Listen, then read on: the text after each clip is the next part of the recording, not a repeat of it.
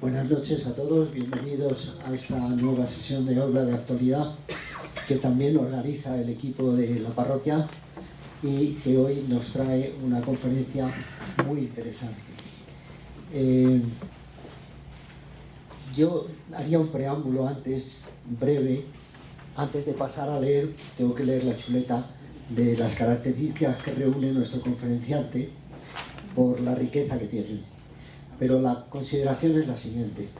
El demonio en nuestra época es hacernos creer que no existe. Y esto parece que lo copian algunas asociaciones. Parece que no existen y están ahí en la sombra intentando pasar desapercibidas, pero maniobrando todo lo que pueden. El conferenciante de hoy, Alberto Bárcena, es profesor desde 2001 de la Universidad CEU San Pablo, donde se doctoró con la tesis La redención de penas en el Valle de los Caídos, que fue el motivo también de una conferencia que nos dio el año pasado, aquí en esta parroquia también, y dentro del ciclo de Aula de Actualidad. Imparte las asignaturas de Historia y Sociedad y Doctrina Social de la Iglesia, además de la de Historia de las Civilizaciones e Historia de España, de la que fue coordinador. Dentro de la misma universidad ha sido profesor de Historia Contemporánea Universal y el máster de Liderazgo de la Escuela de Negocios. La masonería, de la que nos va a hablar hoy, vio la luz el 24 de junio de 1717 en una taberna de Londres, situada cerca de la Catedral de San Pablo, en esos momentos en construcción. Era el resultado de la fusión de 4 logias o sociedades ocultas, operativas contra los Estuardo, que originaron la Gran Logia londinense, posteriormente la Gran Logia de Inglaterra. Bueno, lo digo porque el año pasado se cumplió el 4º centenario de esa fundación.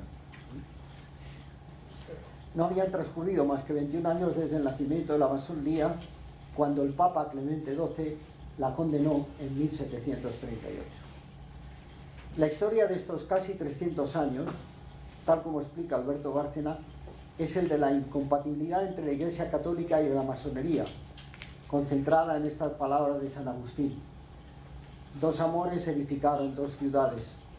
El amor a sí mismo hasta el desprecio de Dios edificó la ciudad terrena. El amor de Dios hasta el desprecio de sí mismo, la ciudad celestial. Nuestro historiador Alberto Bárcena viene demostrando en los últimos años que es de la casta de los valientes, de los que dan la espalda al discurso dominante y se salen del sistema para correr en busca de la verdad. Hace unos años el profesor Bárcena puso las cosas en su sitio cuando contó lo que de verdad sucedió en la construcción del Valle de los Caídos, como nos contó aquí. Después desmontó el mito de la Revolución Francesa, narrando el genocidio de la Vendée. Y ahora se apunta a una tercera diana al resumir magistralmente los 3 siglos de la historia de la masonería desde su fundación en 1717 hasta el día de hoy. Basta ya de rollo mío, que lo que es interesante es escucharle a él y disfrutar de la conferencia. Gracias.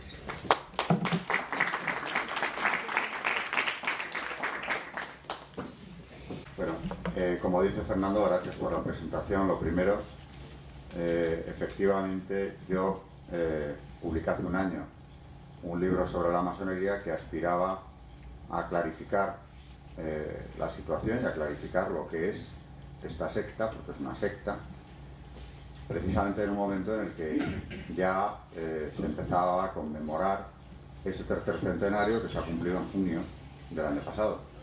3 siglos de historia y 3 siglos de mantener una línea clarísima que, aunque se ha desdibujado, aunque se ha creado una confusión provocada muy interesadamente, sigue siendo lo mismo. No ha habido ningún cambio, no ha habido tampoco, nunca, jamás, una distinción entre unas logias y otras, aunque de hecho las hay, ¿no? Hay matices entre las distintas obediencias masónicas, pero a la hora de condenarlas, los papas no han hecho la menor distinción jamás. Ha estado clarísimo que la secta, cuando hablan de ella en las condenas pontificias, la secta masónica tiene un solo centro y tiene un origen al que todo vuelve, dice alguno de estos textos. Son 300 años casi de condenas también, tantos como ha durado la historia de la masonería, y la Iglesia ha llegado a elaborar el Magisterio Pontificio más de 200 documentos. Sobre pocos temas hay tanta reiteración en una condena pontificia mantenida en el tiempo. La masonería efectivamente nació en 17, 3 años antes había llegado la actual dinastía reinante a Inglaterra. Ha habido entre ambas una relación muy estrecha que se ha distanciado en la generación presente, pero independientemente de que haya trabajado por el bien del Imperio Británico y los intereses de Inglaterra en el mundo, detrás de todo eso hay muchísimo más que lo que puede ser una secta, digamos, al servicio de un imperio. Hay muchísimo más.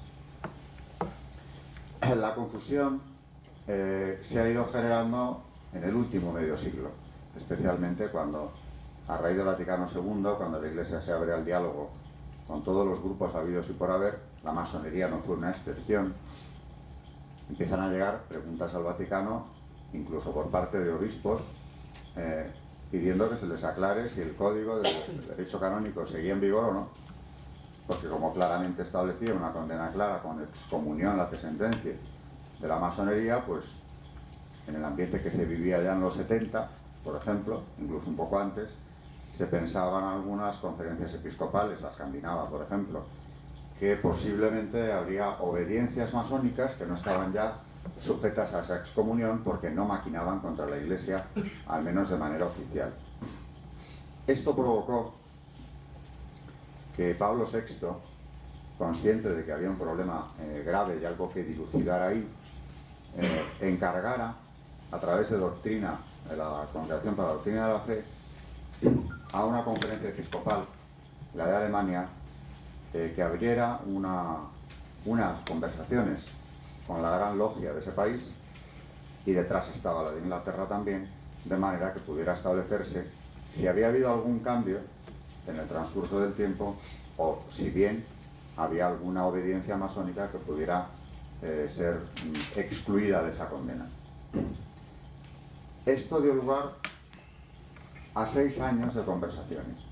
6 años. Es decir, que ya las ha habido. Y no precisamente puntuales, porque 6 años dan para mucho.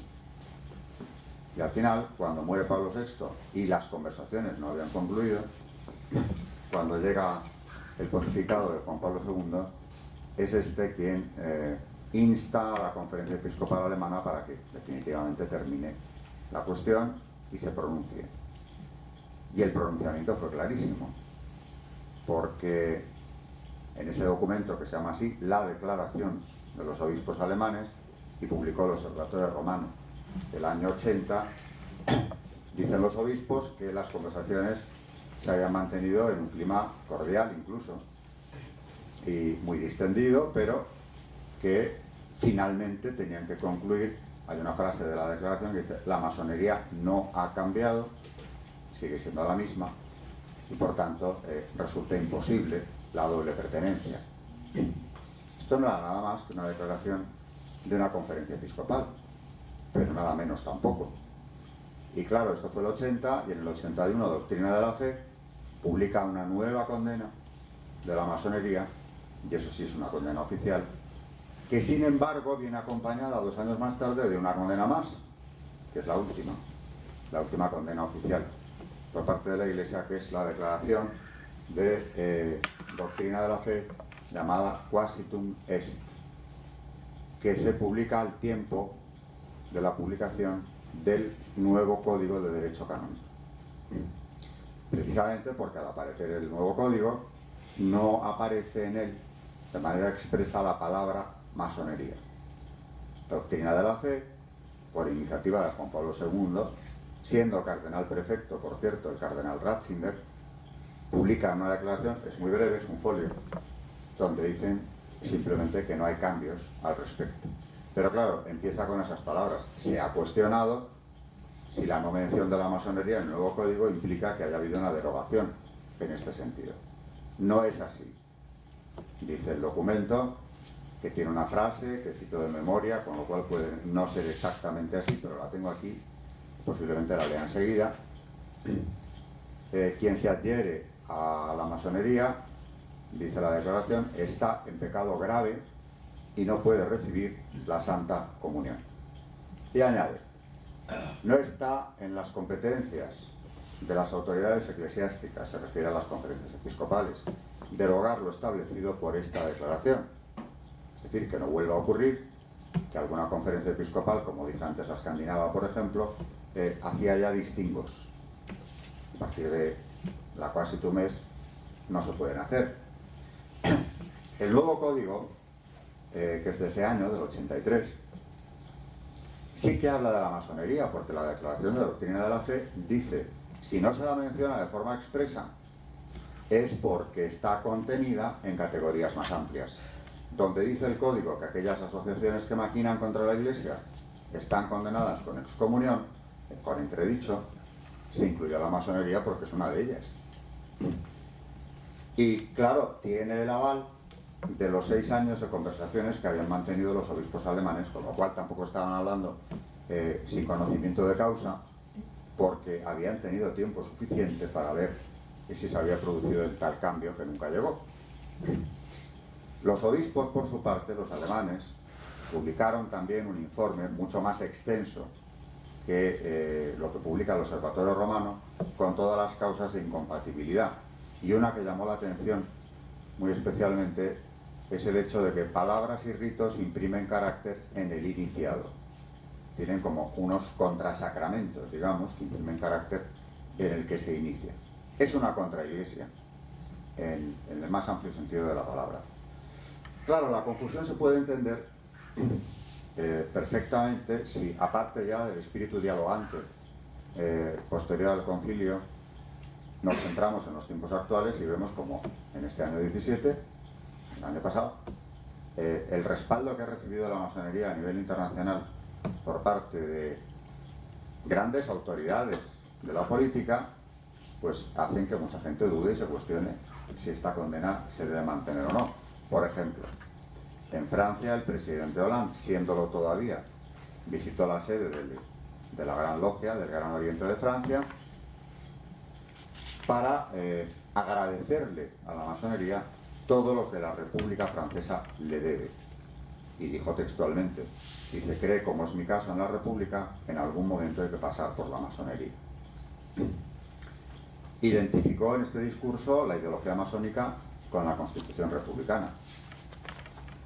Ese laicismo de la Tercera República Francesa que saca la religión, claro, concretamente es la católica la que les preocupa, del marco, la enseñanza, empezando por ahí, que es una de las grandes batallas de la masonería, es puro espíritu masónico, y es que aquella república estaba ya en manos de la masonería, con ministros como Gambetta o Ferry, a los cuales cito en mi libro, que consiguieron una república no ya con separación Iglesia-Estado, sino absolutamente contraria a la Iglesia.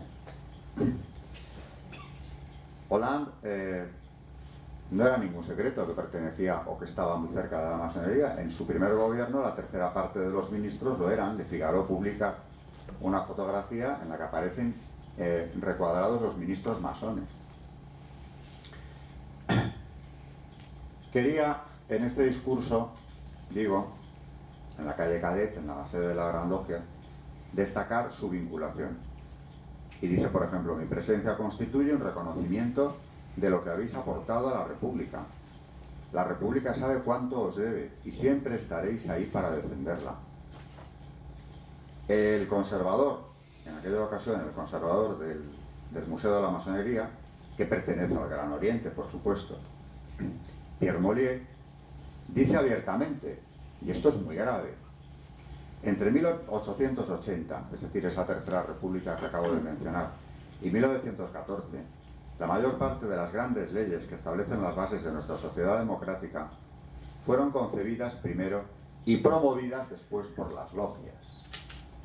lo cual es un escándalo mayúsculo, porque es una actuación al margen de la democracia, cuando ellos mismos admiten que los textos legales que han llevado al Parlamento y conseguido aprobar allí, con una unión de todos los diputados masones, por cierto, sean del partido que sean, ¿cómo puede ser que nos reconozcan que se han planchado, utilizando la terminología masónica, previamente en una logia?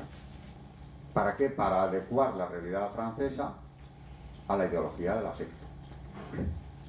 Esto lo dice el conservador del Museo de la Masonería.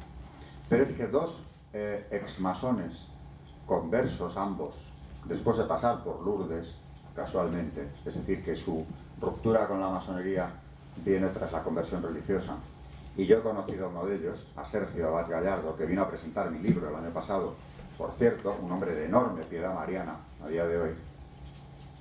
Dicen ambos, Maurice Queye y Sergio Abad Gallardo, que son los dos ex-masones.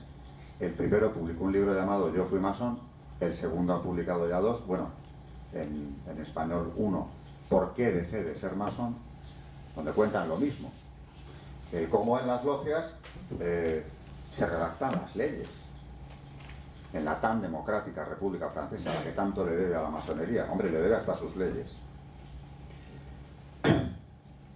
Sobre todo, destacan estos dos ex-masones que las leyes relacionadas con la vida y la familia vienen de las logias directamente. Bueno, pues yo pude rastrear, no es nada difícil, a poco que se investigue, que concretamente la ley del aborto, la llamada en Francia Ley Veil, por la ministra Simone Veil, no solo se había planchado en una logia, la Nueva Jerusalén de París, sino que en el grupo de asesores de la ministra estaba ni más ni menos que el gran maestro del Gran Oriente de Francia, el doctor Pierre Simon, que como era un hombre sin prejuicios, por decirlo de alguna manera suave, ya cuando aquello publicó un libro llamado La vida ante todo, donde se jacta de su participación en la aprobación de la ley del aborto.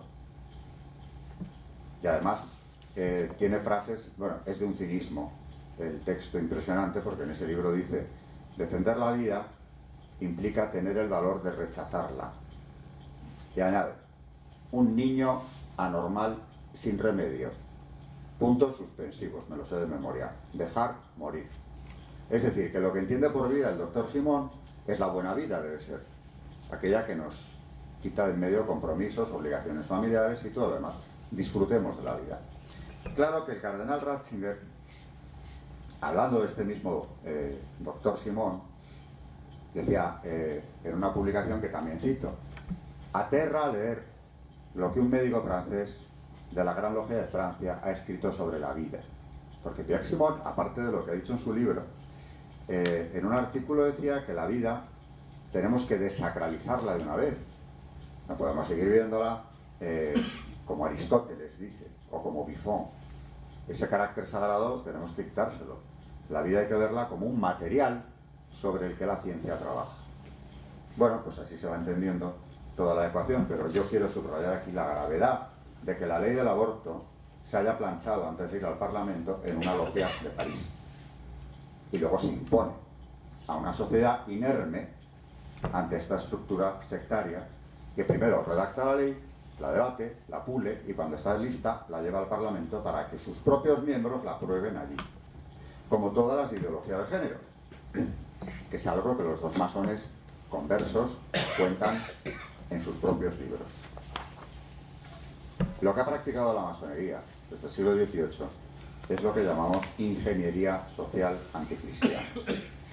Y es ingeniería porque hay un plan maestro de cómo modificar la sociedad, y esto se va aplicando con el tiempo. Ha sido, la verdad, una secta tenaz, porque ya las primeras condenas de los papas en el siglo XVIII, por cierto, que la masonería nace en el XVII, en el 32 tenemos la primera condena, in eminenti, de Clemente XII. En el 51, 1751, viene la segunda, de Benedicto XIV, Provias, que dice, y además esto es muy interesante, que como os ha corrido la voz de que la primera condena ya no sirve, está superada, porque él no la ha confirmado, viene a confirmarla ahora. Y añade: nunca ha sido necesario que un pontífice confirme lo dicho por su antecesor. Puedo desarrollarlo con más matices, pero confirmarlo, eso ya está sentado, eso ya es magisterio. Pero dice, aunque yo no tendría por qué, utilizando el nos, por supuesto, vengo a hacerlo por esta razón. Incluye en su texto, en Provias, todo el cuerpo de la primera condena, confirmando la excomunión, la sentencia, pero añade más motivos a los dichos o a los aducidos por Clemente XII. Estas dos son solo el principio, pero ya en el 18 apuntan dos motivos básicos. La salvación de las almas, que está en peligro por la acción de la secta, y la seguridad de los estados. Cuando vemos cómo disponen de la legislación de los estados, por supuesto vemos que esto sigue siendo exactamente igual que cuando las primeras condenas pontificias. En el 19 ya se acumulan las condenas una tras otra. Hay una sobre todo especialmente contundente y fuerte, clara, precisa, llena de apartados, que es Humanum Genus, de León XIII, el padre de la doctrina social de la Iglesia, que es el que empieza citando lo que yo he utilizado como subtítulo de mi libro, las dos ciudades. Humanum Genus empieza diciendo que el humano linaje, por eso se llama así el texto, desde que hubose apartado por el pecado de Dios, está dividido en dos bandos, dice, diversos y adversos, el de Satanás y el de Jesucristo. Y cita a San Agustín, las dos ciudades. Esta introducción de Humanum Genus tiene una fuerza terrible, y yo he comprobado con algún alumno mío que era eso lo que más se le había quedado de toda la encíclica, el estar en la ciudad de Cristo o estar en la ciudad del demonio, en la cual entras de la mano de la masonería. Porque antes se utilizaba este lenguaje clarísimo, que desde luego doy fe de que era efectivo. Lo es a día de hoy. Bueno, pues en Humanum Genus lo que dice el Papa, a lo que se refiere mucho es a la ingeniería social que la masonería venía practicando desde que se fundó. Y esta tiene dos líneas maestras. Una, la educación. Claro, como dice León XIII, la educación les interesa enormemente y sacar de ella a la religión, a los ministros de Dios, dice él, porque de ese modo se forjan una generación como ellos quieren tenerla. Cito textualmente. Y aparte de la educación, que ha sido la gran batalla masónica y lo sigue siendo, claro, ¿cómo no lo va a ser? Si es ahí, como dice León XIII, donde se forjan las generaciones. La otra línea de actuación ha sido la familia, de siempre. Y han ido por sus pasos, consiguiendo lo que era posible en cada momento. Una sociedad fuerte, sana, vigorosa todavía a pesar de las revoluciones, no estaba dispuesta a admitir las atrocidades que luego han venido. Pero ya empezaban en el 19 y en el 20 con más fuerza a presionar para legalizar el matrimonio civil y el divorcio. Desacralizar el matrimonio, que es lo que denuncia León XIII, era el primer paso. Dado este, todo lo demás se puede empezar a desmoronar, porque es la base de la familia. Entonces ya, una vez que ya hasta los católicos ven como lo más natural que una pareja se separe, porque esto es como un mero contrato y que si no funciona, bueno, tampoco es tan grave, ¿no? O sea, lo hemos relativizado todo, y esa es una gran victoria de la masonería, el relativismo, que ha llegado a ser dictadura, como denunciaba Benedicto XVI, y ya su antecesor, San Juan Pablo II, había expresado con claridad en varios documentos contundentes también. Dictadura del relativismo. Bueno, pues cuando ya hay divorcio, y esto es algo que, por ejemplo, ya en el 19, cuando triunfa la mal llamada Revolución Gloriosa, que expulsa a Isabel II, sus autores, masones todos ellos, que eran los que la habían puesto en la frontera, le presentan al nuevo gobierno una serie de reclamaciones, y una era el matrimonio civil, la desacralización, que esto es muy curioso, de los cementerios, el control de la enseñanza que sea laica, como en la Primera República. Cada vez que triunfan es lo mismo, si es que está cortado por el mismísimo patrón. Educación y familia. Y a partir de ahí, hombre, por supuesto, marginación de la Iglesia, eso no hace falta ni decirlo, ¿no? Pero la ingeniería social tiene estas dos líneas maestras. Bueno, a ver, en el tiempo del que disponemos tampoco puedo hablar demasiado de lo que es esto. porque es una realidad. Cuando veníamos hacia aquí en el coche lo hablaba con Fernando, que es para impartir seminarios. Por ejemplo, claro, hablando de esta ingeniería social, el presidente Hollande daba las gracias y reconocía enormemente a la masonería una ley en concreto, la de 1905, que es la separación de Iglesia-Estado radical, que prohíbe ya la enseñanza religiosa en la pública. Es más, las congregaciones quedan muchas de ellas disueltas. Muchos sacerdotes y frailes tienen que salir de Francia buscando asilo. Aquí en España vinieron varios, y la masonería española, ¿qué hizo? Crear aquella ley llamada del candado, que cerraba la puerta a las nuevas congregaciones que buscaban asilo de la masónica Francia y de la masónica Portugal, que acababa de caer en las mismas garras muy poco antes. Esta ley del candado es el 12. Bueno, pues esto es lo que le agradece Hollande al Gran Oriente y a la Gran Logia. San Pío X, ya en su día, precisamente cuando esa ley de 1905, publicó una condena más, Vehementer nos, en la que se dirige al pueblo francés, haciéndole ver las calamidades que se van a derivar de esta implantación de ese laicismo radical. Y le dice a la queridísima Francia, hija madre de la Iglesia: vuestras glorias han ido unidas siempre a las de la Iglesia, y sin la Iglesia nunca habéis sido nada. Aparte de que, claro, denuncia la estafa mayúscula, porque dice, es una estafa, al volverse a quedar la República con los bienes eclesiásticos, siendo así que estos ya habían sido suprimidos por la Revolución Francesa íntegramente. Lo que se estaban apropiando era de las donaciones de los fieles, que a lo largo del XIX habían vuelto a constituir, grano a grano, aportación a aportación, un patrimonio eclesiástico que es fundamental, no para que la Iglesia sea rica, sino para que cumpla su función: educación y asistencia social. Sin edificios, sin rentas, sin ingresos de ninguna clase, que es lo que hicieron más de una vez, que en el 5 lo volvieron a hacer, la Iglesia queda desarticulada, que es de lo que se trata, igual que en la masónica Segunda República Española, que hicieron lo mismo, porque el modelo se repite siempre. Este reconocimiento de que son anticlericales lo presentan como un signo de liberalismo.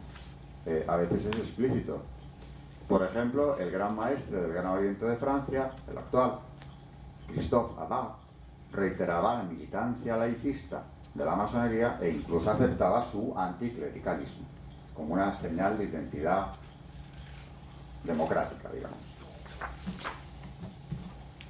Siguiendo con la actualidad, está siendo una conferencia muy presentista, como decimos los historiadores, muy del presente de lo que ocurre, ¿no? Hace 2 años, Monseñor Rabasi, que preside el Consejo Pontificio para la Cultura, nos sorprende por esta época, porque fue en febrero cuando publica una entrevista en Il Sole 24 Ore, diciendo que había que abrirse a la masonería, al diálogo. Claro, ahí estaba manipulando abiertamente, porque Monseñor Rabasi sabe muchísimo mejor que yo todo lo que yo tengo dicho en esta conferencia. O sea que las conversaciones ya se han mantenido. Casi estaba reclamando que un observatorio permanente de la Iglesia sobre la masonería, a ver si por fin milagrosamente se produce el cambio. Pero, Monseñor, si hemos tenido 6 años de conversaciones y una declaración de la Conferencia Episcopal, y después de ella 2 declaraciones de doctrina de la fe, ¿cómo que vamos a abrirnos a la negociación? Y además dice, no negociación, dice al diálogo. Y además añade que tenemos puntos en común. Un cardenal. ¿Cuáles? Pues dice que la masonería la fundaron clérigos cristianos. Sí, claro, de todo menos católicos. Pero por cierto, no nos llame por ahí, porque aquellos clérigos cristianos, protestantes, por supuesto todos, lo que elaboraron enseguida, en el 24, en 1724, es un texto que es el primer reglamento masónico, llamado Constituciones de Anderson, que es un texto no ya anticatólico, no es un sincretismo cristiano, cuidado, no es eso. Las Constituciones de Anderson es un texto gnóstico, es decir, teñido, impregnado de la peor de todas las herejías, que es el gnosticismo, que parte de un engaño elaborado a propósito. ¿Qué hacen las Constituciones de Anderson? Que siguen en vigor, Cogen todo el Antiguo Testamento lo manipulan, lo cambian, lo desordenan y nos cuentan que a través de él y de varios personajes, mencionan concretamente a Salomón, a Adán, por supuesto, que ya estaba en la cuestión masónica, Moisés, todos ellos masones, por cierto, han ido transmitiendo un conocimiento oculto que al final en la leyenda del personaje clave de la masonería, Irán Adif, al que le cambian también hasta de oficio, porque en el libro de los reyes es el orfebre que el rey de Tiro le envía a Salomón, y para la masonería es el arquitecto del templo y de todo lo demás. Irán Adif, en la leyenda propia, la que lleva su nombre, le hacen descender de Tubal-Caín, último descendiente del príncipe de la luz, Lucifer. O sea que los clérigos a los que apela Monseñor Rabasi, lo que están es iluminándonos con un conocimiento oculto que se va administrando al iniciado y tiene su origen en Lucifer. No tenemos tanto que ver con ellos, Monseñor. Se lo vengo diciendo desde hace 2 años y no me cansaré, en el libro se lo vuelvo a decir. ¿Qué diálogo es este? Y luego encima dice que también tenemos en común con ellos que ellos creen en un ser supremo. Hombre, por favor, el ser supremo de la masonería ni siquiera es el ser supremo del deísmo, porque lo que ellos llaman el gran arquitecto de la masonería, el gran arquitecto del universo, con esas siglas empiezan todas las planchas masónicas, a la gloria del gran arquitecto del universo, ellos explican por activa y pasiva que puede ser cualquier concepto de Dios que se tenga, incluyendo a Lucifer. Así que ¿dónde están los puntos de contacto? Ahora, claro, lo dice él, y el desconcierto es máximo. Volvemos a los peores tiempos, a los anteriores, a la declaración de los obispos alemanes y a la Quasitum Est, que ahora, por cierto, la masonería francesa pedía el año pasado que se derogue, claro, es muy molesto. Y en noviembre de este año pasado veo con preocupación que se iba a celebrar un encuentro entre masones, concretamente en Siracusa, con el título casi de mi libro, Iglesia y Masonería. Pero en vez de las 2 ciudades, el subtítulo del encuentro era tan cerca, tan lejos. Una vez más llamando al equívoco. Y ahí estaban los organizadores de la logia Arquímedes del oriente de Siracusa, Esteban Alessandro Spiguglia, que es el venerable maestro de esa logia, y otros venerables maestros masones también, que invitan nada menos que al obispo de Noto, Monseñor Stagliano, para que se reúna con ellos en esta especie de mesa redonda, de la que tenía que salir también un principio de acuerdo, o sea que son incansables. Y yo me temía que el obispo de Noto pues estuviera en la misma línea comprensiva, por llamarla de algún modo, del cardenal Rabasi, pero gracias a Dios no ha sido así. Monseñor Stagliano, después de aquello, ha hecho las siguientes declaraciones que traigo hoy aquí porque han sido muy clarificadoras. Les he explicado, dice el obispo, a los masones, que para la Iglesia del Vaticano II hace muy bien decir esto. Es decir, para la Iglesia dialogante, no os agarréis, que es lo que hacen siempre, a que los que han condenado esto son papas integristas, como yo mismo, a quien me han tachado a mucha honra, porque soy tan integrista como Benedicto XVI, gracias por el piropo.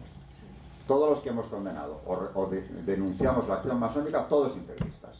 Por eso dice el Monseñor Stagliano, la Iglesia del Vaticano II, la Iglesia del diálogo, recalca, de esa Iglesia ellos no están cerca ni lejos, sino totalmente fuera. Estas son palabras textuales. Están fuera de la comunión católica, están excomulgados, no lo puede decir con más claridad. ¿Les expliqué lo que es la excomunión? Pues acaso, no lo saben. Así que permítanme tranquilizar a todos aquellos que piensan que mi presencia dialogal, lo dice con sarcasmo, es una especie de despacho de aduana. Absolutamente no. No entra en mi competencia, lo sabe muy bien él, lo dice la Quasitum Est, hacer esto, pero como teólogo, como obispo y sobre todo como teólogo, recalca, he querido explicar que están fuera de la comunión de la Iglesia. Lo dice 3 veces. Ya había ocurrido la reunión. Pero añade algo que es todavía mejor. Explicando el por qué había ido a ese encuentro, desconcertando a más de uno, dice: que lo haya hecho siguiendo el mandato de Cristo. Si hay lobos, dice el obispo, os envío como ovejas en medio de lobos. Con lo cual, una vez más, no es un papa, pero es un obispo que compara a los masones con los lobos, cosa que han hecho varios papas en sus condenas.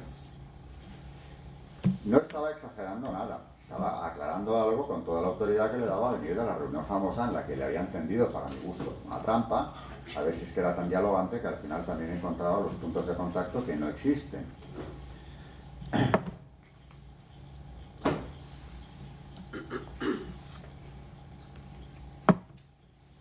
Vamos a ver, cuando yo conocí a Abad Gallardo, Sergio Abad Gallardo en Madrid, hace esto ya 3-4 años, venía él a presentar su libro, traducido al español, ¿Por qué dejé de ser masón? Y para mí hay un punto clave en todo este análisis. Es que en la masonería, como decía León XIII, estás en el bando del demonio. Algunos lo saben de forma clarísima, lo practican, otros se enteran más tarde, otros lo intuyen, algunos no se quieren enterar. Hay distintos niveles. En los más bajos es posible que, según qué obediencia sea, no se hayan enterado. Ya se enterarán, porque la masonería tiene 33 grados de iniciación. El rito escocés antiguo y aceptado, que es uno de los 2 mayoritarios a nivel mundial, y grado a grado te van dando esa información oculta que te convierte en la piedra cúbica, el ser perfecto. Bueno, pues hay un grado de iniciación, concretamente el 29 de ese rito escocés, antiguo y aceptado, que yo había leído y lo había llevado a mis conferencias, a mis seminarios en el CEU, pero que francamente me costaba, lo digo siempre, me costaba creer que fuera posible, a pesar de que era tan fiable la fuente como el padre Guerra, don Manuel Guerra, que es el mayor experto en masonería que sigue habiendo en España. Ha publicado un libro, El árbol masónico, que le presenté yo el pasado mes de mayo en Burgos, que ya es su 4ª obra sobre el tema. Tiene el diccionario de las sectas, 2 sobre masonería y el tercero, que es este que ha salido ahora. Pues don Manuel publicó en uno de estos libros, La trama masónica, este ritual del grado 29. Yo lo copié, lo he llevado a mis seminarios, lo he distribuido entre los que asistían, pero reconozco que me costaba entender que esto fuera así. Lo voy a leer porque ahora me consta que es verdad, que se sigue practicando. Vamos a ver, una representación de Lucifer que utilizan frecuentemente, la más utilizada en la masonería es Baphomet, cuya imagen es terrorífica y todos podemos reconocer en ella al demonio, porque es un ser que tiene torso humano, con ambos sexos, por cierto, porque es andrógino, cabeza de macho cabrío, enormes cuernos, alas de murciélago. No le falta un detalle, es el demonio, la representación más conocida del demonio en la cultura occidental, aunque le llamen Baphomet. Sí reconocen que es una encarnación de Lucifer, solo que Lucifer para ellos no es Satanás, sino el portador de la luz. O sea que esa luz, insisto en ello, es la que nos trae Lucifer. Para no perderme, y no me quiero ir por las ramas, vamos con el ritual.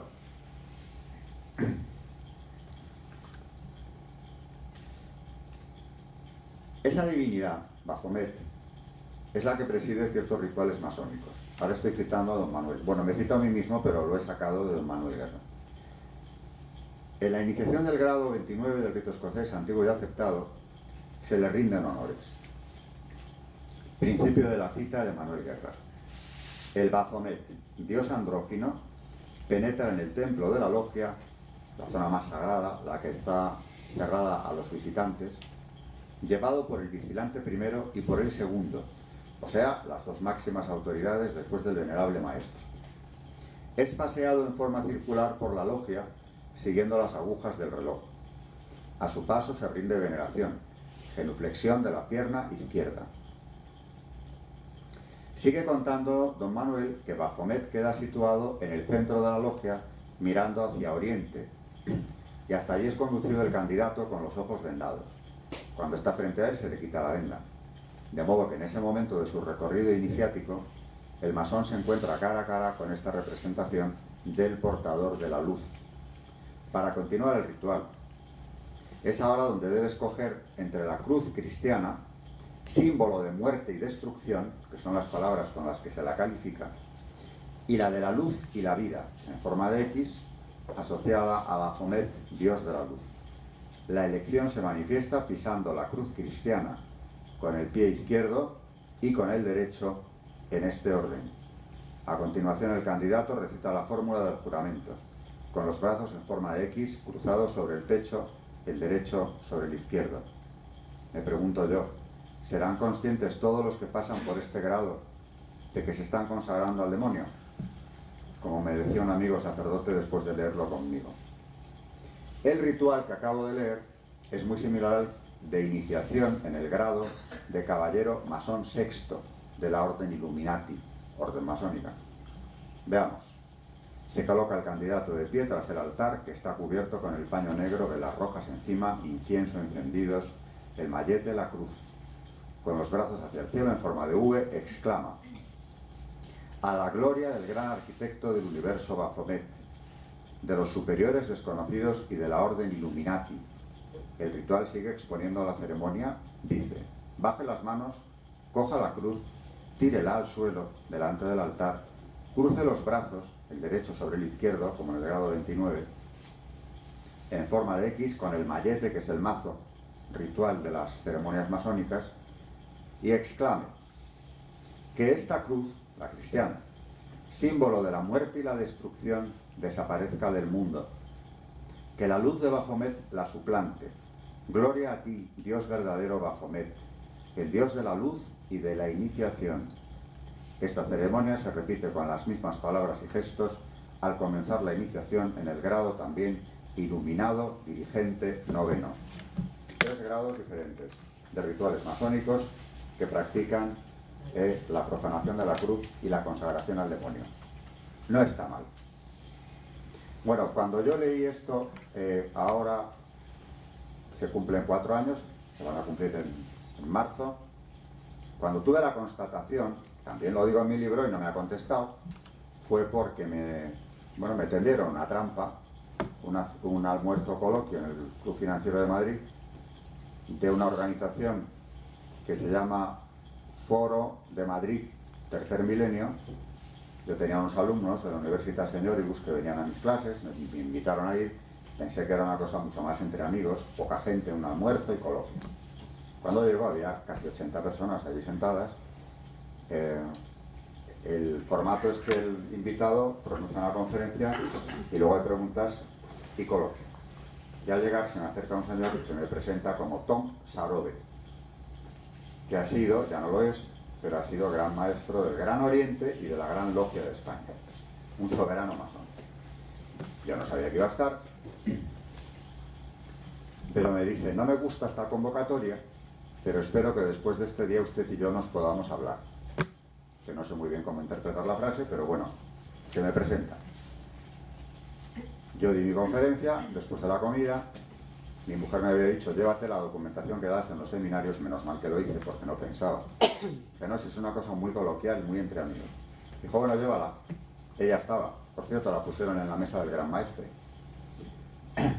Cuando yo acabé de leer este ritual, le pasaron el micrófono, como ese mismo que tenía Fernando hace un momento, se lo pasaron al gran maestre, que ya había hablado antes. Cuando yo terminé la conferencia me replicó lo de siempre: las libertades, la democracia, la Revolución Francesa, todo eso es cosa nuestra, lo de siempre. Claro, cuando yo acabé este ritual y le pasan el micrófono al señor Sarobe, a mí no me miraba nadie. Incluso decir, las 80 personas casi estaban pendientes de lo que él dijera. Como es lógico, yo el primero, porque quería una respuesta. Vamos a salir de dudas. Si esto es cierto, dígalo. Y si no, bueno, yo me imaginaba una protesta encendida por parte del gran maestre, porque me parecía imposible que asumiera estos rituales sin más. Y eso fue lo que hizo. Porque con el micrófono en la mano se quedó como si le hubiera dado un ictus. Se había puesto en pie, eso sí. No contestó ni una sola palabra. Pasó el tiempo, que se nos hizo larguísimo, hasta que comprendimos todos que no iba a decir nada, ni bueno ni malo. Ni siquiera un salir del paso diciendo, yo qué sé, pues no es el momento, esto requiere una contestación más elaborada, usted ha traído aquí algo. Ni un sonido. Y ya no habló más. Ese día no habló más. Se abrió el turno de preguntas, o sea que tuvo casi una hora más para poder intervenir, de haber querido, pero no lo hizo. Y cuando acabó todo, ya por fin yo me iba con mis papeles, se me acercó, se quedó delante de mí, petrificado, pero se acercó. Y yo esperé, bueno, pues a lo mejor aquí, a mí solo, me va a decir algo. Tampoco. Como no hacía nada, pues le di la mano, me despedí de él y hasta hoy. No he vuelto a saber del señor Saro de nada. Pero claro, las 80 personas presentes sí saben que esto se celebra. Y gracias a que estaba entre el público la directora de la Universidad Señoribus, María García Carrillo, la Universidad Señoribus del CEU, que es la que ha organizado de los cuatro seminarios que yo he impartido allí, 3. Y claro, ella había estado delante, cuando yo leí este ritual, en uno de aquellos seminarios. Levantó la mano, porque a mí ni se me había ocurrido leerlo. Había leído varias encíclicas, extractos, ¿no? Pero este ritual no. Y ella me pidió, me dijo más o menos, ¿nos puede leer el ritual de iniciación en un grado que usted ha traído a la señoribus? Y supe que era este porque es el único ritual que leo. Así que, efectivamente, providencialmente se me abrió la documentación por la página del ritual y la leí tal como acabo de hacer aquí. Y ahí tuve la constatación de que esto era así. Luego la he tenido de más formas. Por ejemplo, el nieto de un grado 33, alumno mío, que me pidió una tutoría y hablando de estos temas, ya como voy al grano digo, le hablé de religión, que vi que era lo que a él le preocupaba porque su abuelo le quería iniciar ya. Y hablándole del tema luciferino, me cortó y me dijo, esa parte ya me la sé, ya me la contó mi abuelo. Lucifer es el que en el paraíso le trajo al hombre la sabiduría. Y Dios tiránico les expulsó a los dos. Es nuestro aliado. Dije, bueno, pues entonces ¿para qué vamos a seguir? Hablemos otros. No sé, ¿qué le preocupa? Vamos a ver, pero si esto lo tiene claro, no entiendo qué duda puede tener. Bueno, yo creo que no entiendo. Experiencias con alumnos, por haber trabajado el tema de la masonería, las he tenido muy gratificantes. Recuerdo otro que vino a verme, que iba a ingresar ya en una obediencia luciferina expresamente, que no lo hizo, porque después de una hora de tutoría se me ocurrió decirle, váyase delante de un sagrario y pregúntele qué tiene que hacer usted. A los meses me escribió, no he entrado en la masonería, pero ya me había hecho un tatuaje diabólico, el tentáculo satánico en una pierna, cuando yo estuve en su despacho. O sea, que iba directo a una de sus obediencias. Y por último, a Abad Gallardo, el día que le conocí en Madrid, en esa comida, le pregunté, ¿tú en qué grado supiste que servíais al demonio? Lo dudó unos segundos y me contestó, realmente en el primero. Yo en el primer grado lo supe porque ya se le rendían honores una vez al año. Y cuando preguntó por ello, el maestro de la logia le dijo, no te preocupes, es simbólico y se hace solo una vez al año. Bueno, pues ahí quedó ese dato. No te preocupes, es simbólico. Es el que trae la luz. Es como rendir tributo al que nos ha traído la sabiduría. Nada más. Además, Lucifer y Satanás no son el mismo. Bueno, las últimas condenas, por tanto, ya lo he dicho al principio, han sido de doctrina de la fe,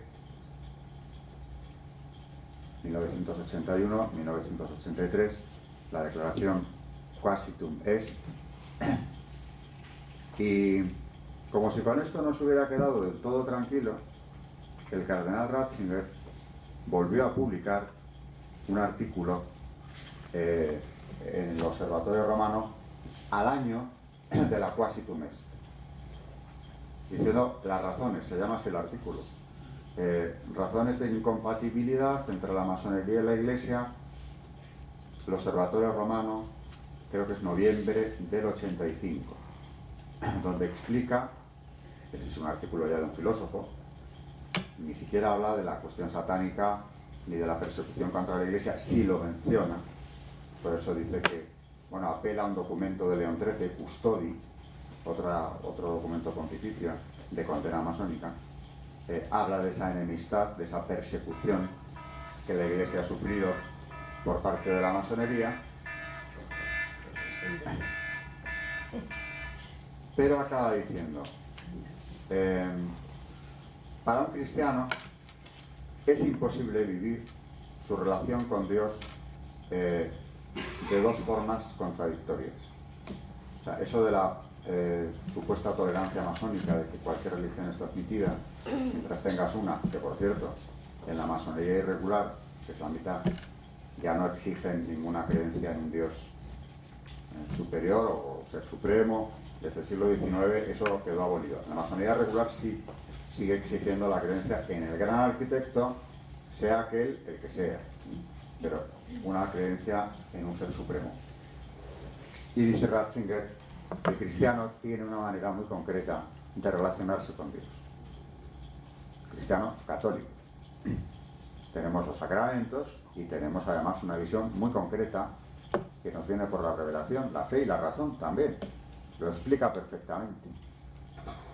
Dice además que el masón mira al hermano cristiano desde una óptica de alguien separado de él, porque el no masón en la masonería es el profano. Y acaba diciendo en ese artículo, que recomiendo mucho leer, solo Jesucristo es maestro. Claro, alegando que ese magisterio paralelo que la masonería imparte a los que se inician, por supuesto no es que sea equívoco, sino que es absolutamente incompatible con la fe cristiana. Para terminar ya, simplemente, porque no he podido leer las citas, es imposible, hay un dato que se suele ignorar, y es que yo insisto en que la masonería no es solo anticatólica. Hemos caído en la trampa de creer que es así. Aquí en España funcionó un tribunal entre el año 40 y el 63, establecido por Franco, de represión de la masonería, que por cierto era el mismo que reprimía el comunismo, que eran dos caras de la misma moneda. Ese tribunal fue suprimido en el 63, pero claro, originó, como todo tribunal, una masa de documentación interesantísima, porque los sumarios están ahí. Y aunque la sociedad sea secreta, cuando te juzgan hay que aportar documentos, una parte y la otra. Y esos fueron a parar, en su mayor parte, al famoso archivo de Salamanca, que ahora ya sabemos, ¿verdad?, por qué la Generalidad se empeñó en secuestrar, y buena parte se lo llevó, porque estaba ahí toda la Esquerra Republicana de Cataluña procesada en aquellos años, los que habían pertenecido a la Esquerra, y otros muchos socios políticos. Cataluña es un feudo masónico, que no se me olvide decir que la presidenta del Parlamento, Carmen Forcadell, también es de las que se han unido a las celebraciones del año pasado y celebró en el Parlamento un acto a favor de la masonería, donde ella misma pronunció un discurso hablando de las tres ideas clave que para ella implican el ser masón: igualdad, libertad, fraternidad. Y hace un discurso elogioso, absolutamente entregado. Bueno, pues no es una cuestión de anticatolicismo, es anticristiana, porque todo lo que sea gnóstico es anticristiano. Cristo, adelantándose a los gnósticos, en el Evangelio lo dice: gracias te doy, Padre, porque has revelado estas cosas a los sencillos. Nada de grupos de iniciados, porque también los gnósticos del siglo I decían que Cristo había dado dos mensajes, uno a los íntimos y el otro, el del Evangelio. Igual que los gnósticos judíos decían que Moisés había hecho lo propio, el decálogo para la mayoría, para el vulgo, y el mensaje oculto, la gnosis judía, la cábala, para los iniciados. Gnosis es anticristiana por definición, y la masonería es gnóstica desde que se creó. Aquellos bondadosos clérigos respetables cristianos eran gnósticos, porque lo que encargaron fue un documento gnóstico, que son las famosas constituciones.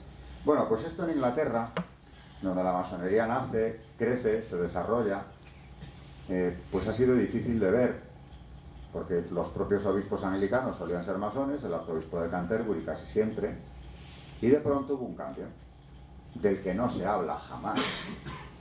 Claro, hubo un cambio porque a veces un libro sirve bastante. Es lo que me animó a mí a escribir el mío sobre masonería. Hay un libro llamado Oscuridad Visible, de Walton Hanna, que no se ha traducido ni se va a traducir, supongo, al español, Oscuridad visible, que le costó la vida probablemente al autor, que se convirtió al catolicismo, por cierto, venía del anglicanismo, y tuvo que acabar, porque acabó siendo sacerdote, refugiado en una parroquia canadiense donde encontró una muerte bastante siniestra y nunca esclarecida. Pero había dejado ahí una obra que es clave para entender la masonería, porque aunque él se centró en el estudio tan solo de los 3 grados primeros, 3, dejó claro que las palabras, los rituales, lo que había detrás era adoración satánica. Encubierta, bien envuelta, pero era eso. La reacción en Inglaterra fue terrible, le pusieron de vuelta y media desde la propia iglesia anglicana, pero empezó a haber un cambio. Y en los 70, un continuador de su obra, cuya lectura también aconsejo, Stephen Knight, que tiene un libro llamado The Brotherhood, La Hermandad, tampoco traducido al español, siguió la obra de Hannah, el estudio de los rituales masónicos, pero mucho más arriba. ¿Y qué seguía confirmando? La impronta satánica de todos los rituales. Centrándose en una palabra clave, que es la única que voy a decir, Yabulón, que es la palabra perdida de la masonería durante siglos. Yabulón, según ellos, es el verdadero nombre de Dios, y es un acrónimo que une Ya, de Yahvé, la B, A, B, U, es Baal, dios cananeo al que se le ofrecían sacrificios humanos, es una encarnación luciferina también, satánica, y On, de Osiris, que es un dios al que, por demencial que esto suene, se le rinden honores en el grado 10º de la masonería, porque la masonería, en ese saber oculto, incluye los secretos de Egipto, con lo cual algunos de sus dioses están también en la mitología masónica. Así que, en una palabra, han unido al dios verdadero, al demonio nada menos, y a los dioses paganos de Egipto. Claro, cuando Hannah y después Knight demuestran, aparte de esa palabra, todo lo que hay en la masonería del cierto, encubierto más o menos, ocurre lo asombroso. En el 86, el arzobispo de Canterbury, que había sido masón él mismo, publica un documento, la Casa de la Iglesia, llamado Cristianismo y Masonería, donde califica a la masonería de herética y a sus rituales de blasfemos y paganos, que es ir muy lejos siendo iglesia anglicana. Porque, por cierto, aparte de la católica, la presbiteriana y otras protestantes también la habían condenado mucho antes. La ortodoxa griega, por supuesto que también. Pero esa condena del arzobispo de Canterbury, a que no la conoce casi nadie. Porque claro, eso sí que es darle un golpe bien duro en su base, en su cuna, a la propia masonería, que la califica un anglicano de anticristiano, herética anticristiana. La propia familia real inglesa, que ha ido de la mano de la masonería siempre, es más, para mí le deben más ellos a la masonería que al revés, hasta llegar a ser una dinastía en buena parte cautiva de esa secta que tanto les apoyó en sus orígenes. El padre de la reina actual presionó a su yerno, el duque de Edimburgo, lo posible para que se iniciara, porque se resistía. Como griego tenía muy claro que aquello era imposible, ¿no?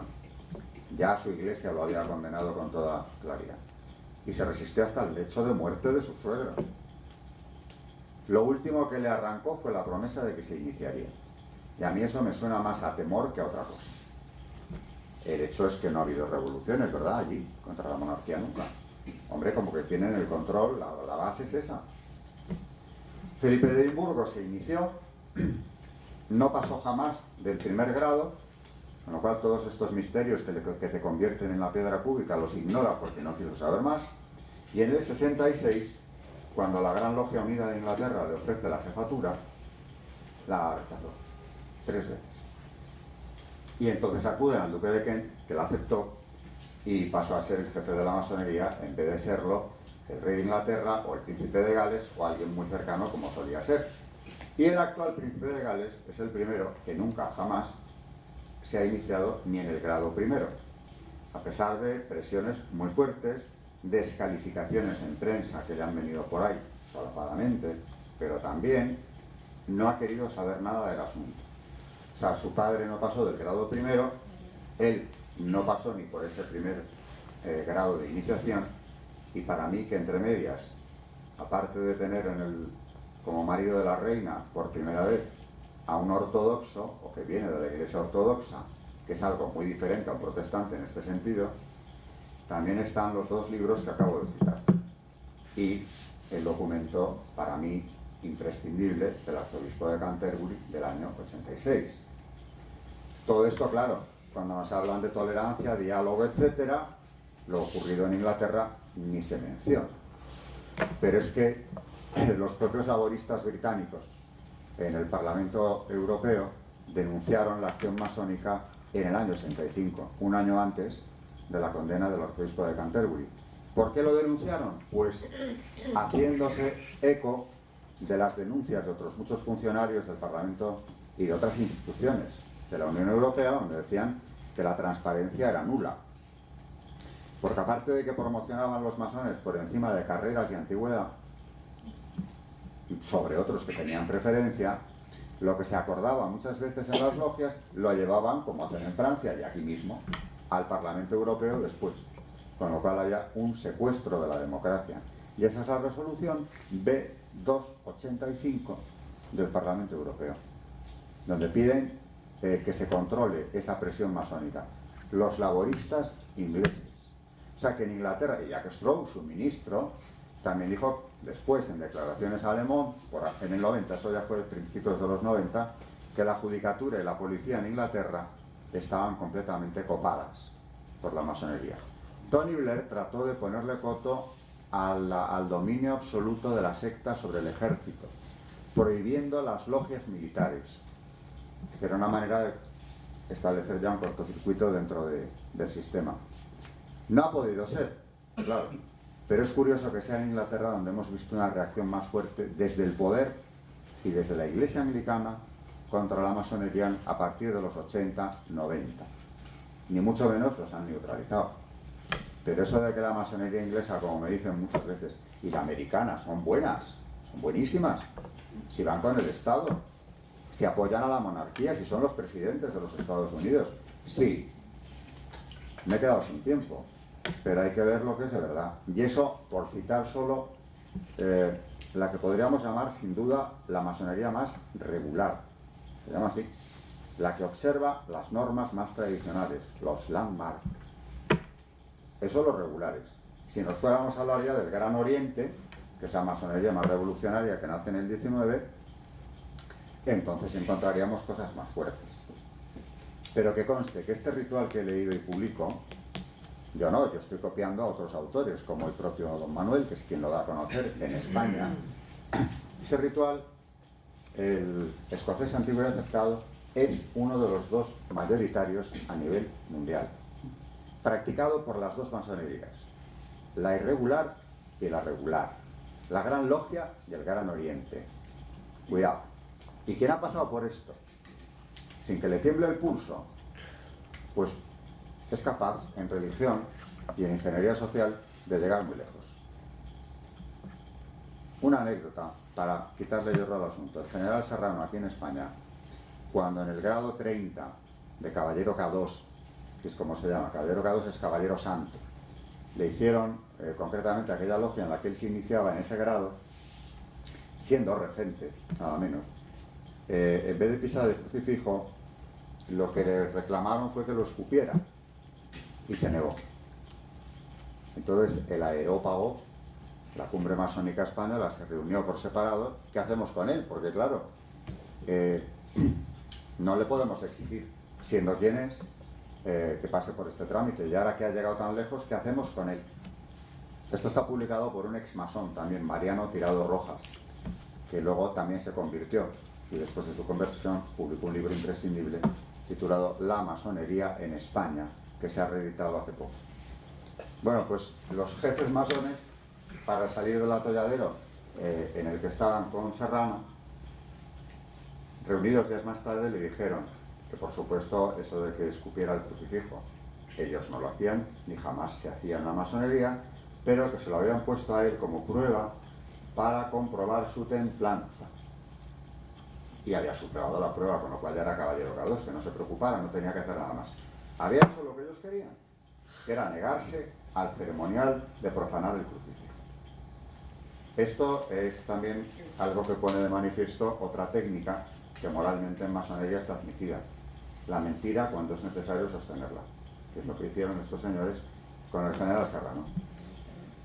Bueno, no hay tiempo de más porque se nos ha hecho bastante tarde, pero esto es simplemente, claro, un boceto de lo que hay detrás de esta secta tan gloriosamente celebrada en el año pasado con su tercer función.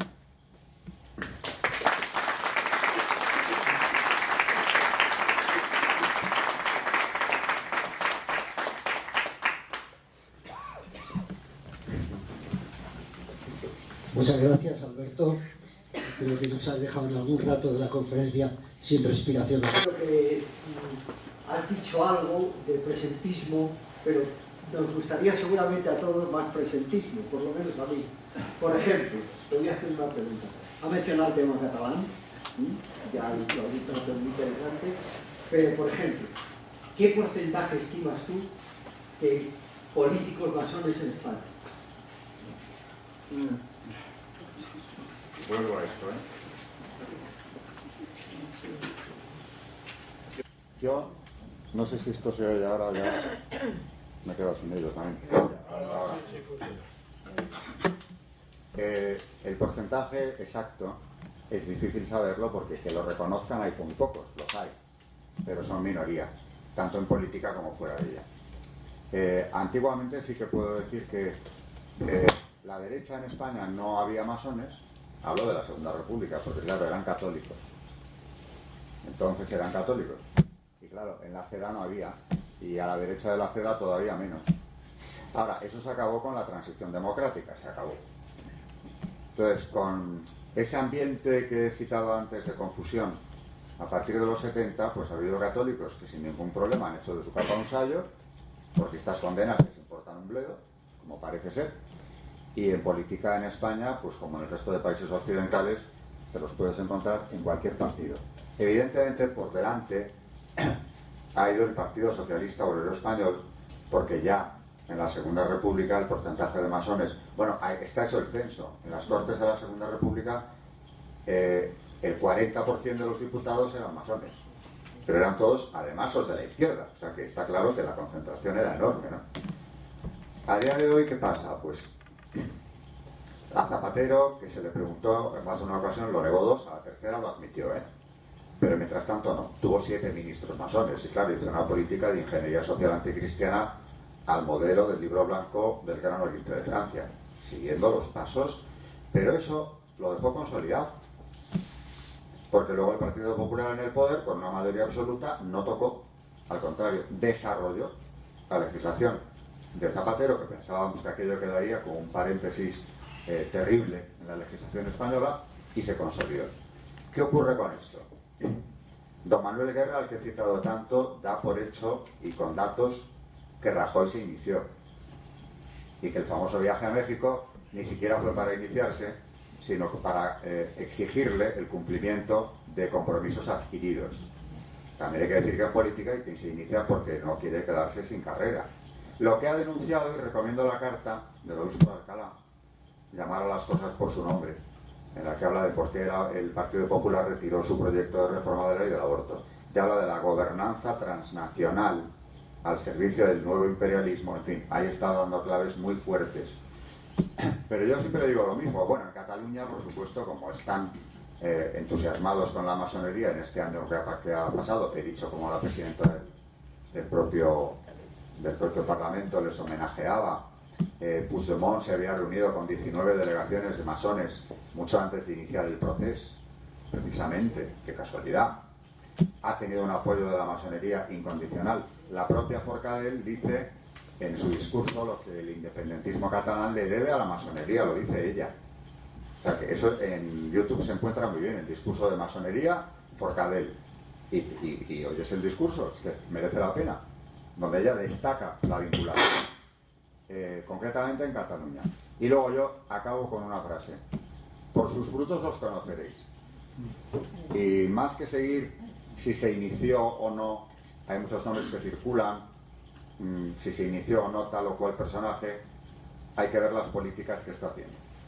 Y si las políticas son las que implantó Zapatero en su día, y antes de ella incluso, ¿no?, esa ingeniería social, si la están siguiendo, pues o se han iniciado o están contando con la masonería para mantenerse en sus puestos, que es lo que está ocurriendo, a mi modo de ver, en toda la política española, en el arco parlamentario español. Ahora mismo no hay un solo partido en el que no haya masones. El problema será de densidad, pero ningún solo partido del arco está excluido de esto. Y las políticas que se están haciendo, concretamente ahora ya políticas contra la libertad más elemental, son masónicas, porque tanto que presumen de libertad son enemigos de ella. Decía Juan Pablo II que una democracia sin valores se convertía en un totalitarismo visible o encubierto, como la historia demuestra. Y es así. Por ejemplo, la ideología de género, que es de cuño masónico, esa es diseñada en las logias, como han dicho los dos conversos, ¿no?, la trae a España Zapatero. Aquí se queda para siempre. En su día, el hoy presidente del gobierno presenta un recurso ante el Constitucional, que nos pareció muy lógico, contra el matrimonio homosexual por inconstitucional, y en cambio en la oposición, en el poder, ha hecho lo contrario: potenciar. Las comunidades del Partido Popular han ido por delante, Galicia y Madrid, con leyes a favor de la ideología de género, implantándola en la educación, con expertos que vigilen la educación en ideología de género de los niños. Ingeniería social anticristiana en estado puro, tal como lo denunció León XIII, solo que yo creo que ni él se imaginaba que pudieran llegar a donde hemos llegado, porque en aquella época era inimaginable. O sea que los frutos son estos. Luego, ¿a dónde vamos? Y ahora que la nueva ley de memoria histórica, la que Pedro Sánchez va a llevar enseguida a votación y posiblemente salga porque tiene apoyos, es una ley donde, por hablar, es decir, por publicar sobre todo, la versión que no coincida con la del Frente Popular de lo que fueron los años 30, la guerra civil o el franquismo, quedas inhabilitado para la docencia, puede ser que hasta por un periodo de 9 años. Sanciones de 150.000 euros y 3 años de prisión por delitos de expresión. O sea que las famosas libertades de la igualdad, la fraternidad, etcétera, de la que tanto blasonan, Yolán les daba las gracias, no es que no les importe, es que son radicales enemigos de ellas. Porque la libertad de expresión está a punto de ser suprimida. De hecho, Eulogio López, que dirige Hispanidad, ya le ha caído una sentencia de 6 meses de cárcel por un artículo. Por un artículo. Se ha liberado de la cárcel porque no tenía antecedentes, pero ahí queda eso. Y le están esperando, claro, que saque algo. Esos 6 meses de cárcel, que a ver en qué se traducen económicamente hablando, han sido confirmados cuando recurrió, O sea que la libertad de expresión, para quien no se haya enterado, está siendo suspendida, con gravísimas penas para el que se salga del marco. Y el marco es 100% masónico, como lo fue la Segunda República, por eso no se la puede tocar. Esto es lo que hay en política.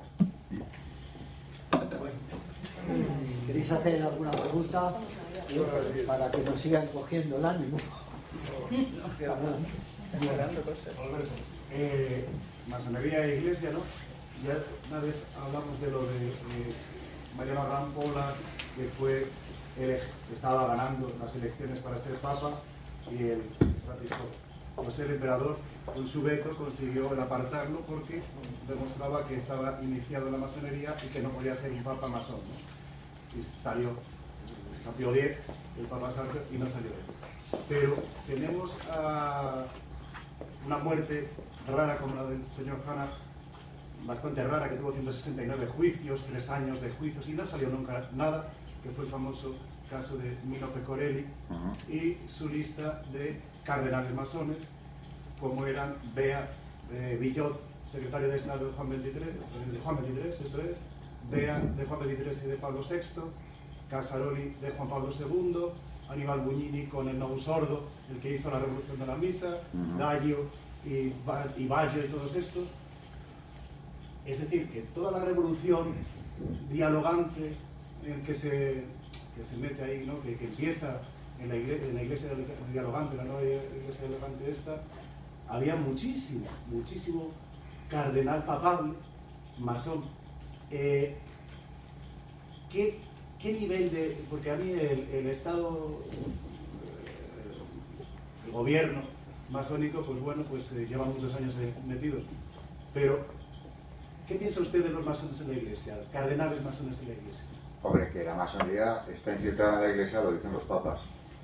Ya Pío VI, en una de las condenas que cito en mi libro, habla de cómo se han ido introduciendo, textualmente dice, junto a los tronos, en los estrados de los notables y, lo que es más grave, en el santuario.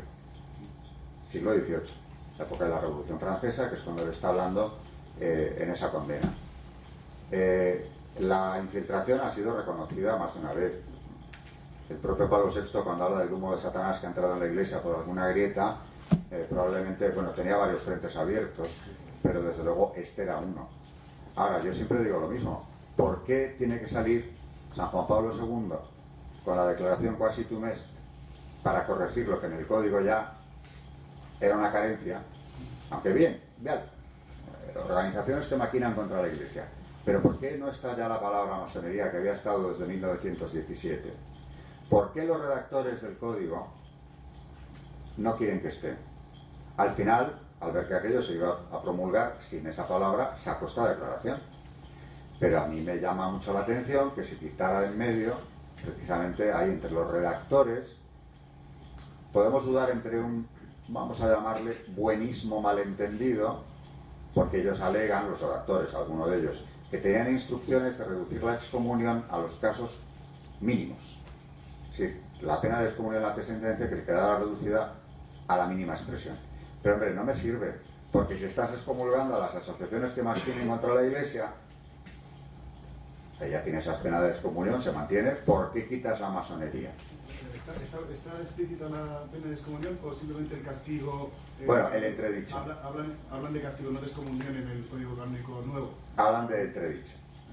Pero en cualquier caso, están fuera de la comunión eclesial, como ha dicho el obispo de Noto, con toda claridad. Y en la Quasi Tum Est hablan de que no pueden comulgar, porque están en pecado grave. No es lo mismo, pero están en pecado grave. Ahora, sobre esto se ha hablado muchísimo. A mí me choca que no haya un desmentido de lo que es la logia Ecclesia, que salió a relucir con la investigación de la logia P2 en Italia, la comisión parlamentaria. La logia Ecclesia, bueno, eso es un asunto que nos haría a las 12 de la noche, ¿no? Pero no ha habido desmentido tampoco. Bueno. Sí. Bueno, lo primero, gracias por la conferencia. Y yo quería saber el papel que juega la judería en la masonería. Bueno, cuando nace la masonería, curiosamente, y ya antes su precedente, la Rosa Cruz, son cabalísticos. O sea, que la gnosis judía la hacen suya, por lo que sea. Y sin embargo, la masonería regular, en un principio no aceptaba judíos. Toman su gnosis, pero no los judíos.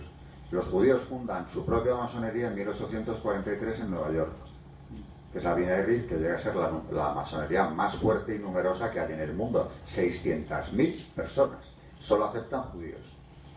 Y en las organizaciones pantalla tiene un peso decisivo. Por ejemplo, el CDFR americano, que es del que procede el Bilderberg, la mitad son masones, y de esa mitad, el 30% son de la B'nai B'rith, son judíos. O sea, a día de hoy, así como los ortodoxos, los judíos ortodoxos, la consideran también herética a la masonería, el sionismo internacional, y lo de humano, siempre. En las organizaciones pantalla está siempre. Hombre, cuando ves en la tabla redonda la declaración Balfour, que crea el Estado de Israel, mucho antes de lo del holocausto nazi ni nada parecido, son dos masones de la tabla redonda. Balfour se dirige a quién, a un judío, que es Rothschild, que es el que va a pagar el Estado de Israel, los primeros asentamientos. O sea que sionismo y masonería, para matizar más que judaísmo, sionismo y masonería han ido de la mano. Y dentro del judaísmo, el judaísmo cabalístico. Ese lo han tomado los masones antes de empezar a funcionar, en su fundación. Y luego han ido de la mano Bueno, en 1843 se crea la Orden de Rif, pero en 1870 ya está incluida dentro de la masonería regular norteamericana, es parte de la misma, ¿eh? Y son 600.000 personas que controlan además medios de comunicación como el New York Times, por ejemplo, y la mitad de las productoras cinematográficas. De ahí la propaganda constante, claro. Perdón, Alberto, Una última pregunta ya, porque la hora se nos echa encima, ¿eh? Y desgraciadamente también hay que descansar. Bueno, no, solo yo quería preguntar que yo, algunas cosas que he leído aquí con la bibliografía que usted nos ha dicho, lo que yo, de algunas cosas que he leído no tiene nada que ver con esto, porque aquí me dice que las logias no hablan ni de política ni de religión, punto. Dice que las logias no se hablan ni de política ni de religión, entonces, y básicamente aquí lo que habla es de la creencia en el gado, el amor al prójimo, la inmortalidad del alma y el conocimiento de uno mismo, y al final termina aquí, bueno, con alguna frase de que hablar de masonería es hablar de un hombre bueno que quiere ser mejor. Qué hermoso es todo eso. Sí, no se lo digo, no sé, con lo que usted nos ha explicado, no sé. Pero hombre, si... por favor, vamos a ver, es que alguien va a escribir, cuando es una obra al público, somos malos, malísimos, hacemos con la sociedad lo que nos parece y destruimos vuestros principios. Hombre, eso no lo van a decir. Me conozco todo eso perfectamente. No se habla de política. Hombre, pues si no se habla de política, explíqueme cómo el gran maestro, el gran oriente de Francia, reconoce en su libro que la ley del aborto la ha planchado el suelo. ¿Cómo que no hablan de política? Eso no es política. Eso es política. Cuando, además, antes de la ley Veil, la Neuwirth, que fue la que legalizó todos los anticonceptivos en Francia, incluyendo la esterilización, que estaba contemplada hasta el 67 como mutilación y penada, bien penada. Neuwirth había hecho lo mismo. La ley Neuwirth, que es un diputado masón francés, se había planchado en su propia logia y fue al Parlamento y se aprobó por el mismo camino que la ley del aborto. O sea que todo eso de que van allí a perfeccionarse para ser la piedra cúbica y acaban siendo buenos, filantrópicos, positivos, cultos e iluminados, es una filfa. Dice, la masonería es básicamente una escuela de ética aplicada que ¿Pero qué me está leyendo usted? Que intenta hacer de ¿Qué es eso? ¿Qué es eso? No sé lo que es. Dígame lo que es, que no sé lo que es. Bueno, pues es un libro de masonería. Bueno, pero ¿quién lo ha escrito? ¿Y con qué orientación? Florencio Serrano, no sé. Pues fenomenal. Bueno, pues están, pues en todo lo que está haciendo es un panegírico de la masonería, aceptando los tópicos que ellos cuentan cada vez que hablan en público. Lo que dice la Forcadell, lo que dice Hollande cuando va a la Gran Logia, lo que dicen todos ellos. No han parado de hacer política desde que existen hasta la fecha. Porque para mí todo esto es hacer política. Leyes contra la familia, leyes de educación laica, leyes a favor de la ideología de género. Eso es política. Se pongan como se pongan. Claro, ¿qué es política si no? ¿Economía solamente? Ya se han ocupado de la economía también. En las logias se planchan estas leyes. Lo dicen ellos, no lo digo yo, lo dicen ellos. No sé, yo le pregunto nada más. No, pues que todo eso... No, pero es que todo eso es de una ingenuidad supina creerse que ellos van allí a hablar de Yo que... no me creo nada, yo pregunto, yo leo, me sorprende. Bueno, pues le digo, Como no es leo, verdad. me sorprende con lo que usted ha dicho, pues le pregunto. Nada Bueno, más, porque pues no tiene nada que ver. yo por eso cito, siempre que puedo, lo que los propios masones cuentan ellos de sí mismos. Está, pues, Cuando pueden, ya está. Entonces, que son filantrópicos, bondadosos y que no hablan de nada que importe, pues entonces no sé a qué van. Bueno, a ser perfectos a base de leer unos libros muy interesantes. Bueno, pues agradecemos muchísimo la presencia, agradecemos a don Alberto la conferencia tan interesante que nos ha dado y recordamos dos cosas que ha dicho muy interesantes, que unos grandes defensores nuestros contra la masonería son el Santísimo Sacramento y la Virgen María.